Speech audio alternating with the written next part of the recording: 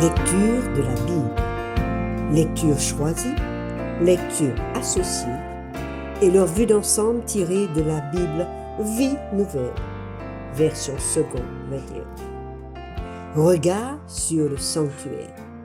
Dans le cadre de ce thème, nous vous proposons des extraits des livres d'Exode, Lévitique, 1 Samuel et le livre des psaumes. Rappelons-nous, nous sommes dans la phase préliminaire de la construction du sanctuaire de Dieu au désert.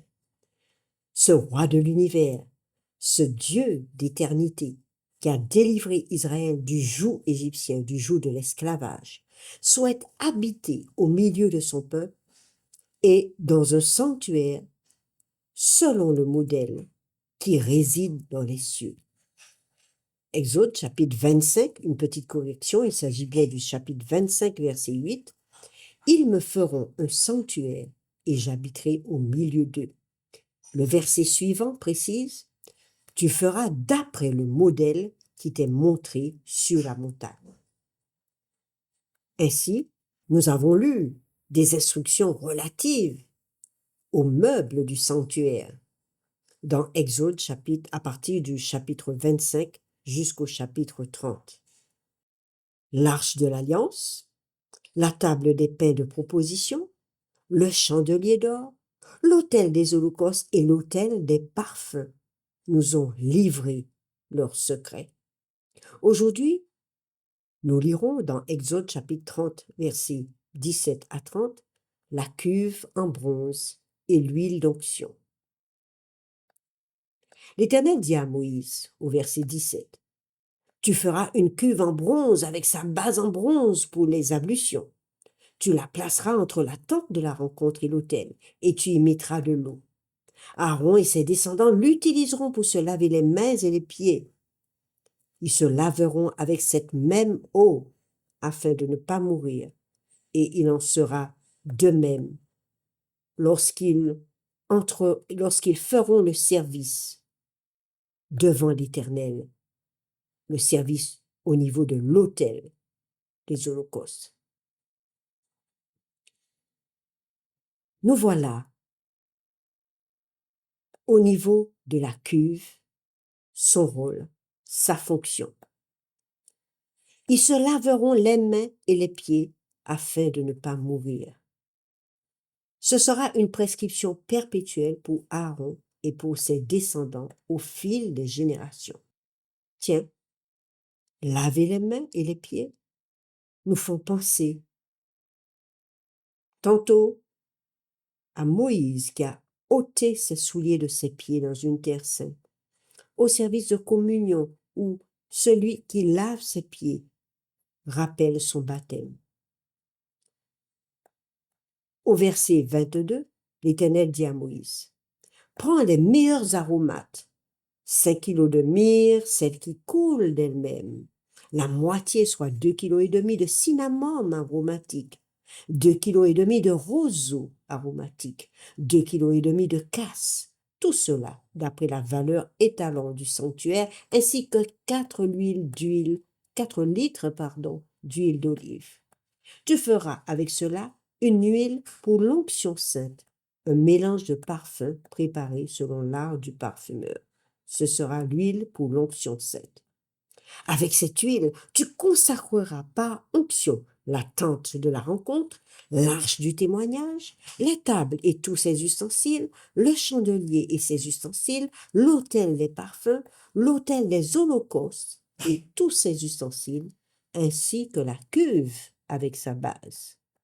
Une petite parenthèse, le chapitre 18 du livre de Nombres nous indique que ce sont les miroirs des femmes, le bronze des miroirs des femmes qui a servi à la construction de la cuve en bronze. Tu consacreras ces objets et ils seront très saints. Tout ce qui les touchera sera saint. Tu verseras de l'huile sur Aaron et ses fils. Tu les consacreras ainsi que pour qu'ils soient à mon service en tant que prêtres. Tu diras aux Israélites, ce sera pour moi l'huile de l'onction sainte au fil des générations. On n'en versera pas sur le corps de n'importe qui. et vous n'en ferez aucune qui ait les mêmes proportions. Elle est sainte, vous la considérez comme sainte. Au verset 34, l'Éternel dit à Moïse, prends des aromates, du stacté, de l'ongle odorant, du galbanum et de l'encens pur, en quantité égale. Tu feras avec cela un parfum mélangé selon l'art du parfumeur. Il sera salé, pur et saint. Tu le réduiras en poudre et tu le mettras devant le témoignage dans la tente de la rencontre où je te rencontrerai. Ce sera pour vous une chose très sainte. Vous ne vous ferez aucun parfum qui ait les mêmes proportions. Vous le considérez comme saint, consacré à l'Éternel. Dans le livre de 1 Samuel, chapitre 9, verset 1 jusqu'à plus, Samuel prit Saül et son serviteur, les fit entrer dans la salle, leur donna une place à la table des invités. Il y avait là une trentaine d'hommes. Samuel dit au cuisinier, « Sers la portion que je t'ai donnée en te disant de la mettre à part. » Le cuisinier préleva la cuisse et ceux qui l'entourent, et il la servit à Saül. Samuel agit en similitude aux ordonnances que l'Éternel avait données. Les prêtres et les sacrificateurs consacrés avaient droit sur les sacrifices à des portions indiquées par Dieu, la poitrine et l'épaule droite. Samuel, conformément à ce choix, réserva à Saül la cuisse droite, symbolisant son engagement, sa fidélité, étrangement en lien avec les serments faits à l'époque. Lorsqu'il s'agissait de jurer, de faire un serment, l'Israélite plaçait sa main sous la cuisse droite de l'individu à qui il promettait. Nous avons l'exemple d'Abraham qui demanda à Éliézer de placer sa main sous sa cuisse pour jurer qu'il prendrait une femme parmi son peuple dans son pays. Nous avons Jacob qui fit la même chose, plaça la main de Joseph sous sa cuisse pour lui faire jurer que ses os reviendraient au pays de Canaan. Ainsi, Samuel dit à Saül, « Voici ce qui t'a été réservé. Sers-toi, mange, car on l'a gardé pour toi lorsque j'ai invité ce peuple. » Ainsi Saül mangea avec Samuel ce jour-là.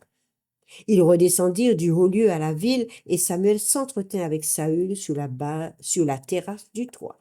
Puis ils se levèrent de bon matin à l'aurore.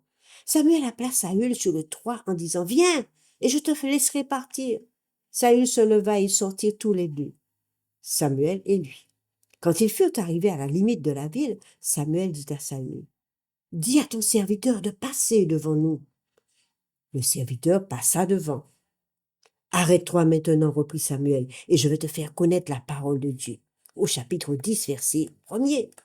Samuel prit une fiole d'huile qu'il versa sur la tête de Saül. Il l'embrassa et dit, « L'Éternel t'a désigné par onction pour que tu sois le chef de son héritage. » Tout cet honneur offert à un homme qui devait devenir roi. Dans Lévitique chapitre 7, verset 32, c'est ce qui était décrit. Dans vos sacrifices d'action de grâce, vous donnerez au sacrificateur l'épaule droite en la présentant par élévation. Celui des fils d'Aaron qui offrira le sang et la graisse du sacrifice d'action de grâce aura l'épaule droite pour sa part. Au verset 34, « Car je prends sur les sacrifices d'action de grâce offerts par les enfants d'Israël la poitrine qu'on agitera de côté et d'autre et l'épaule pour qu'on la présente par élévation. Et je les donne au sacrificateur Aaron et à ses fils par une loi perpétuelle qu'observeront les enfants d'Israël. » Nous arrivons de nouveau dans le livre de Samuel, chapitre 16, versets 1 à 18. Le temps a passé. Que s'est-il passé?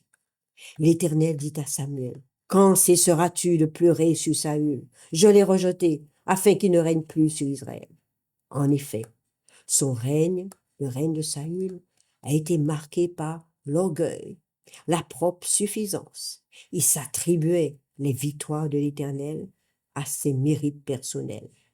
Rempli d'orgueil, il désobéissait à Dieu et alla jusqu'à offrir un sacrifice, ce qui était réservé aux prêtres.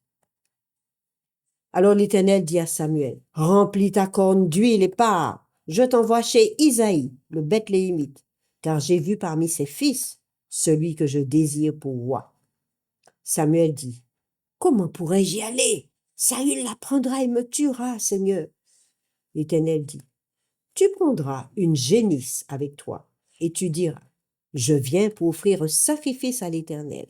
Tu inviteras Isaïe au sacrifice. Je te préciserai ce que tu dois faire et tu désigneras par onction pour moi celui que je t'indiquerai. » Samuel fit ce que l'Éternel avait dit et il se rendit à Bethléem. Les anciens de la ville accoururent effrayés à sa rencontre et demandèrent, « Ton arrivée annonce-t-elle quelque chose d'heureux? » Il répondit, « Oui, oui, je viens pour offrir un sacrifice à l'Éternel. Consacrez-vous et venez avec moi au sacrifice. » Il fit aussi consacrer Isaïe et ses fils et les invita au sacrifice.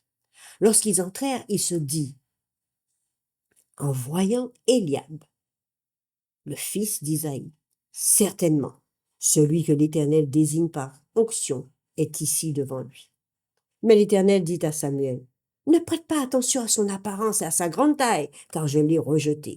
En effet, l'homme n'a pas le même regard que l'homme. L'Éternel, pardon, n'a pas le même regard que l'homme.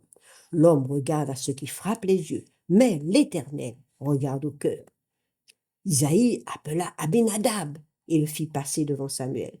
Samuel dit, « L'Éternel n'a pas non plus choisi celui-ci. » Isaïe fit passer Shama. Et Samuel dit, « L'Éternel n'a pas non plus choisi celui-ci. » Isaïe fit passer 7 de ses fils devant Samuel. Et Samuel dit à Isaïe, « L'Éternel n'a choisi aucun d'eux. » Puis Samuel dit à Isaïe, « Tous tes fils sont-ils là? » Il répondit, « Il reste encore le plus jeune, mais il garde les brebis. » Alors Samuel dit à Isaïe, « Envoie quelqu'un le chercher, car nous ne prendrons pas place à table pour manger ce sacrifice avant qu'il ne soit arrivé. » Isaïe envoya quelqu'un le chercher. Il était roux, avec de beaux yeux et une belle apparence, mais tellement jeune, petit de taille. L'Éternel dit à Samuel, « Lève-toi, verse de l'huile sur lui, car c'est lui. » Dieu avait su discerner dans le cœur de cet enfant des sentiments nobles et l'amour pour lui.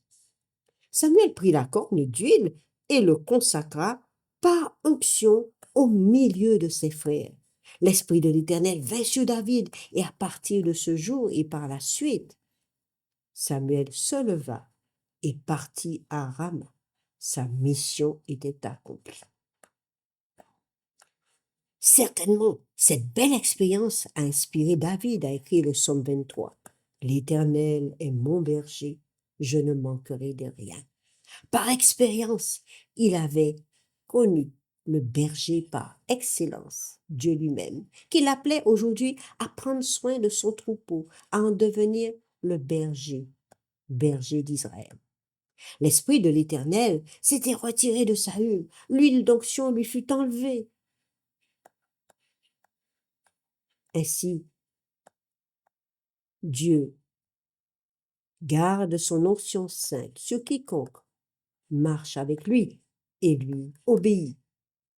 Vous pourrez lire le chapitre 13 de 1 Samuel qui dit les détails de la désobéissance de Saül. L'huile représente le Saint-Esprit de Dieu. Il place ce Saint-Esprit sur ceux qu'il choisit, sur ceux qui s'humilient et se réclament du pardon offert par son sang. À celui qui nous a aimés, qui nous a lavés de nos péchés par son sang, dit Apocalypse chapitre 1er, versets 5 et 6. À celui qui a fait de nous un royaume, des prêtres pour Dieu son Père. À lui soient nos louanges, notre amour, notre affection. L'Éternel est mon berger, je ne craindrai rien. Il me fait reposer dans de verts pâturages, il me dirige près des eaux paisibles, il restaure mon âme. Il roindule ma tête et ma coupe déborde.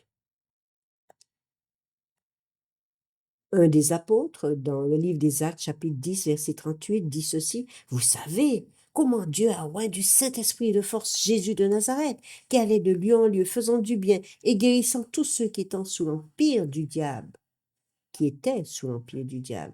car Dieu était avec lui. Ainsi, l'huile d'onction accompagne ceux qui croient au nom du Fils de Dieu. Il a eu l'onction du Père au moment de son baptême, où celui-ci a dit: « Celui-ci est mon Fils bien-aimé, en qui j'ai mis toute mon affection. » Si ces récits t'ont intéressé, si tu en comprends le sens ou souhaites continuer à en comprendre le sens, je t'invite à liker, t'abonner, avancer avec nous dans les différents symboles de l'amour de Dieu palpable dans les multiples détails du sanctuaire. Oui, je veux dire comme David: « Tu oins d'huile ma tête, ma coupe déborde. » Que l'huile de l'onction sainte de Dieu soit sur chacun, sur moi, sur toi, et sois rempli du Saint-Esprit.